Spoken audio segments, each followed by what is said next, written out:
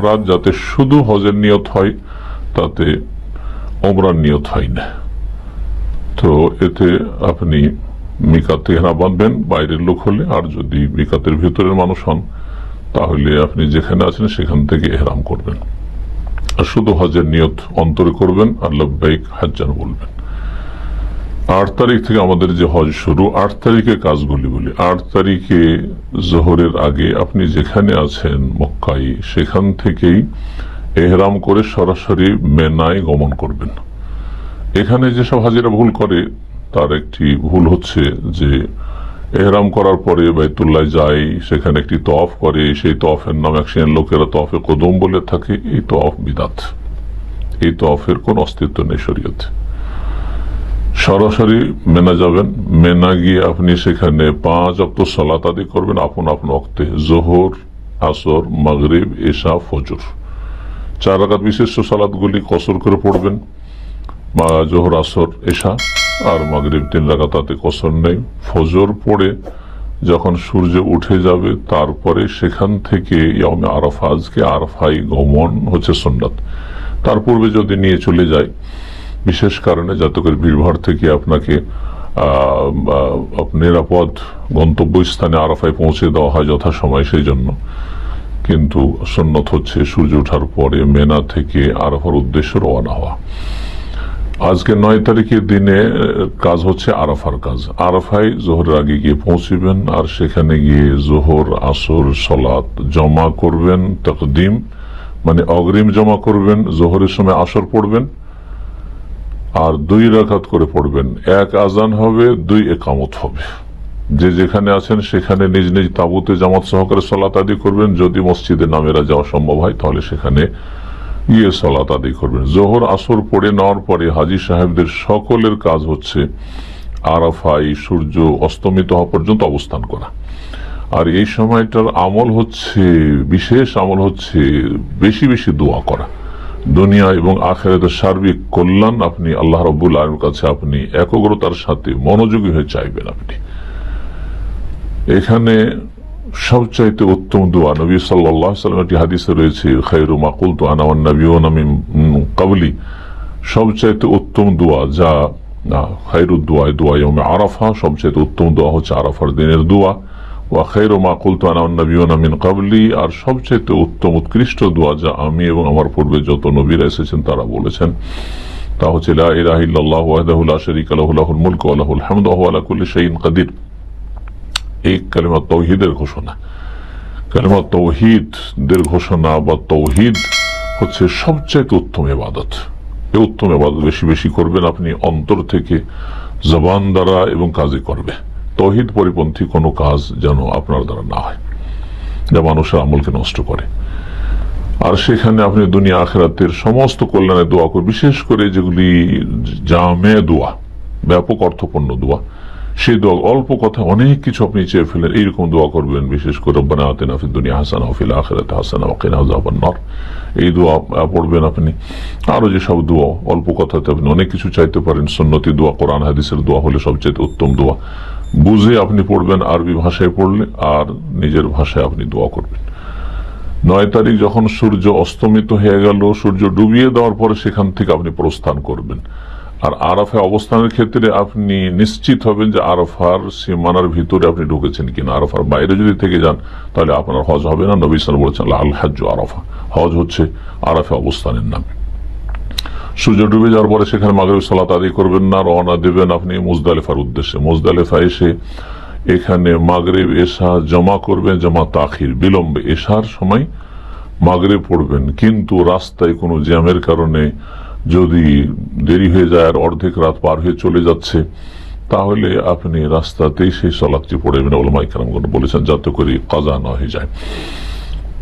আর এখানে 3 রাকাত মাগরিব পড়বেন, 1 আযান 2 ইকামত, আর এশার কসর করবেন, 2 রাকাত পড়বেন। বেতর যদি পড়ে নেন তাহলে ভালো, কারণ নবী সাল্লাল্লাহু আলাইহি ওয়াসাল্লাম সফরে বাড়িতে কখনো বেতর ছাড়েননি। কিন্তু মুজদালিফায় বিশেষ করে নবী সাল্লাল্লাহু আলাইহি ওয়াসাল্লাম বেতর পড়েছেন কি পড়েননি এই মর্মে কোনো বর্ণনা নেই। তারপরে আপনার কাজ হচ্ছে শুয়ে যাওয়া, ঘুমিয়ে যাওয়া, আপনি বিশ্রাম করবেন। এখানে ইবাদত বন্দেগী করা, তাহাজ্জুদ পড়া এগুলি সুন্নত নয়, ফজর পর্যন্ত আপনি সেখানে অবস্থান করবেন, আর তারপরে ফজর হলে আউয়াল ওয়াক্তে আপনি ফজরের সালাত আদায় করবেন। ফজরের সালাত আদায় করে আপনি বেশি বেশি দোয়া করে ফর্সা হওয়া পর্যন্ত, আর তারপরে মেনার উদ্দেশ্যে রওনা দেবেন। মেনার উদ্দেশ্যে যখন রওনা দেবেন তখন আজকে যেহেতু 7টি পাথর মারতে হবে বড় জামরাকে, সেই জন্য রাস্তা থেকে যে কোনো জায়গা থেকে আপনি 7টি কঙ্কর নিয়ে নেবেন। কিন্তু হাজিরা এখানে ভুল করে যে 4 দিন পর্যন্ত যতগুলি পাথর মারবে 70টি সবগুলি পাথর এখান থেকে বহন করে নিয়ে যায়। বরং অনেকে 10 তারিখও দোয়া নেই জামরা আকবায়, পাথর মারার পরে 11তে নেই, 12তে নেই, 13তে নেই। তারপরে দ্বিতীয় কাজ হচ্ছে আপনার যদি কোরবানি নিজ হাতে করতে চান তাহলে কোরবানি করবেন, আর যদি কোরবানি কাউকে দায়িত্ব দিয়ে থাকেন তাহলে কোরবানি আপনার দায়িত্ব শেষ হয়ে গেছে। কখন হচ্ছে সেটা আপনার চিন্তার বিষয় নয়, আগে হোক আর পরে হোক। তারপরে আপনি যে কাজটি সেটা হচ্ছে মাথা মুন্ডন করবেন পুরুষরা, আর নারীরা চুলের আঙ্গুলের একটি জোড় পর্যন্ত অল্প পরিমাণ চুল কাটবেন শুধু অগ্রভাগ থেকে। আর যদি কেউ পুরুষরাও মাথা মুন্ডন না করে মাথার চুল ছোট করে সেটাও জায়েজ, কিন্তু তার চাইতে উত্তম হচ্ছে মাথা মুন্ডন করা। যদি চুল ছোট করতে হয় পুরো মাথা থেকে চুল ছোট করতে হবে, সামান্য কিছু অংশ এদিক ওদিক থেকে চুল কাটলে বা সেটা ফেললে যথেষ্ট হবে না। আর তারপরে আপনি প্রাথমিক হালাল হয়ে গেলেন। পাথর মারার পরে যখন চুল কাটলেন তখন তাহাল্লুল আউয়াল প্রাথমিক হালাল হয়ে গেলেন। প্রাথমিক হালাল হয়ে যাওয়া মানে আপনার জন্য সব কিছু হালাল যেগুলি এহরাম অবস্থায় নিষিদ্ধ ছিল, একমাত্র স্বামী স্ত্রী মিলন ছাড়া। সুগন্ধি ব্যবহার করবেন, সেলাই করা কাপড় পরবেন, গোসল করে পরিষ্কার পরিচ্ছন্ন হয়ে যাওয়া এখানে উত্তম। আর তারপরে কাপড় আপনি সাধারণ কাপড় পরে নেন পরিষ্কার পরিচ্ছন্ন হয়ে, তারপরে আপনি মক্কা চলে যান। মক্কা গিয়ে বাইতুল্লাহর তওয়াফ করবেন, যে তওয়াফকে হাদিসের ভাষায় তওয়াফে ইফাজা বলা হয়, যেটাকে ফিকহের ভাষায় তওয়াফে জিয়ারা বলা হয়। এই তওয়াফকে ফরজ তওয়াফ বলা হয়। এই তওয়াফ করবেন আপনি, রুকুন তওয়াফ বলা হয়। তারপরে সাফা মারওয়ার সাই করবেন আপনি, আর তারপরে আপনি সন্ধ্যা হতে হতেই ফিরে চলে, যত তাড়াতাড়ি সম্ভব ফিরে চলে আসবেন মেনায়, কারণ এখানে মেনায় রাত্রি যাপন করতে হবে আপনার জন্য ওয়াজিব। তারপরে আপনার কাজ থেকে যাচ্ছে শুধু দুটি। এক কাজ হচ্ছে মেনার যে আপনি রাত্রি যাপন করবেন 11, 12 কমপক্ষে, আর 13 তারিখ যদি রাত্রি যাপন করেন তাহলে ভালো। দ্বিতীয় কাজ হচ্ছে আপনি 11 তারিখ দিনের বেলা, 12 তারিখ দিনের বেলা, 13 তারিখ দিনের বেলা যদি 13 তারিখ পর্যন্ত থাকে, জাওয়ালের পরে অর্থাৎ মাথার উপর সূর্য গড়ে যাওয়ার পরে 3টি জামরাতকে পাথর মারবেন 3 × 7 = 21টি। প্রথম পাথর নিক্ষেপ করবেন আপনি মেনার দিক থেকে এসে প্রথম জামরায় উলাই, তারপরে একটু এগিয়ে গিয়ে কিবলামুখী হয়ে দোয়া করবেন, দীর্ঘ সময় ধরে দোয়া করবেন। দ্বিতীয় জামরাতে আবার 7টি পাথর মারবেন, তারপরে একটু সামনে এগিয়ে কিবলামুখী হয়ে দোয়া করবেন। তৃতীয় জামরাতে, যেটি জামরায় কোবরা বা জামরায় আকবা, তাতে 7টি পাথর মারবেন, সেখানে দোয়া করবেন না।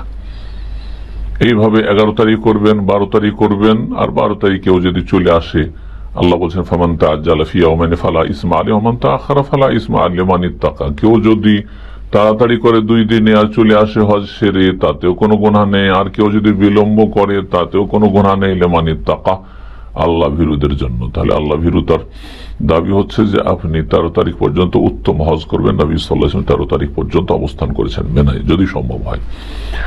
তারপর হাজী সাহেবদের সমস্ত কাজ শেষ হয়ে গেল। এখানে একটি কথা বলে নেওয়া আরো জরুরি মনে করছি, সেটা হচ্ছে তওয়াফে ইফাজা যখন আপনি 10 তারিখে করে ফেললেন তখন আপনার তাহাল্লুল সানি ফাইনাল হালাল হয়ে গেলেন। ইহরাম অবস্থায় যতগুলো নিষিদ্ধ ছিল সব আপনার জন্য হালাল হয়ে, এমনকি স্ত্রী সহবাস হালাল হয়ে গেল তওয়াফে ইফাজা করে নেওয়ার পরে। আর তারপরে হাজী সাহেবদের জন্য একটি কাজ শুধু বাকি থাকে। আপনি যেই সময় যেই দিন মক্কা থেকে আপনি বিদায় নেবেন আর মক্কা ফিরবেন না, হজের সফর শেষ করছেন, তখন বিদায় তওয়াফ করবেন। সকলের জন্য বিদায় তওয়াফ ওয়াজিব। একমাত্র ঋতুবতী মহিলা যদি বিদায় তওয়াফের সময় মাসিক ঋতু শুরু হয়ে যায়, অথবা কোনো মহিলার বাচ্চা ভূমিষ্ঠ হয়ে নিফাস শুরু হয়ে যায়, তাহলে তাদের ক্ষেত্রে ছাড় রয়েছে। এই ছিল সংক্ষেপে আলোচনা আপনার এই কয়দিনের 8 তারিখের আমলগুলি, 9 তারিখের আমল, 10 তারিখের আমল। 10 তারিখ অধিকাংশ কাজগুলি, প্রথম কাজ হচ্ছে 10 তারিখের জামরায়, বড় জামরায় 7টি পাথর মারা। দ্বিতীয় কাজ হচ্ছে কোরবানি করা। তৃতীয় কাজ হচ্ছে মাথা মুন্ডন করা বা চুল ছোট করা। 4 নম্বর কাজ হচ্ছে বাইতুল্লাহর তাওয়াফে ইফাজা করা। 5 নম্বর কাজ হচ্ছে সাফা মারওয়ার সাই করা, আর তারপরে রাত্রে ফিরে চলে আসা।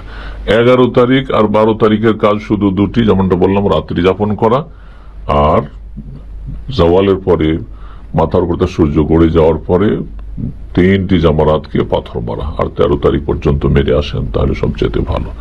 এর মাধ্যমে আমরা সংক্ষেপে